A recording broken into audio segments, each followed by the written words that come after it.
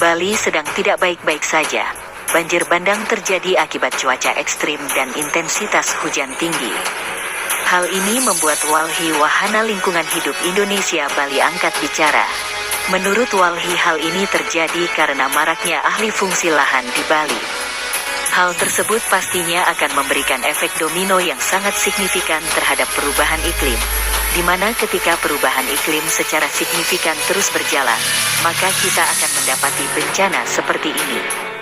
Apabila hal tersebut masih terus dilakukan, maka kita juga akan menemukan hal-hal serupa berupa bencana dengan intensitas waktu yang makin cepat, papar Direktur Walhi Bali Made Krisna Dinata. Ia mengungkapkan, alih fungsi lahan yang mempengaruhi timbulnya bencana, seperti pembangunan terminal LNG di kawasan mangrove dan pesisir Sanur yang akan mengurangi daya dukung Bali dalam memitigasi bencana. Proyek jalan tol Gilimanuk juga turut andil dalam alih fungsi lahan.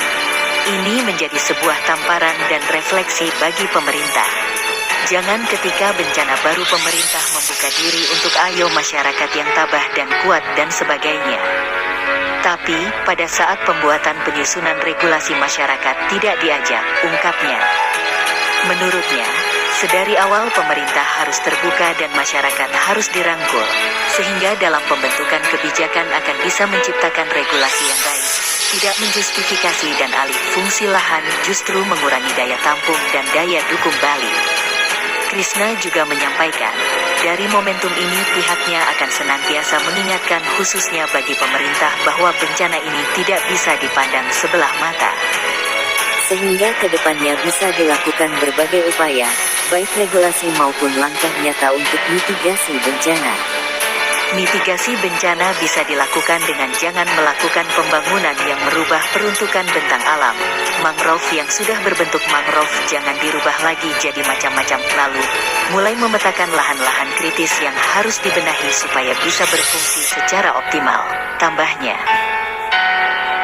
Banjir bandang di Jembrana, Bali, terjadi hari ini akibat hujan lebat sejak kemarin malam.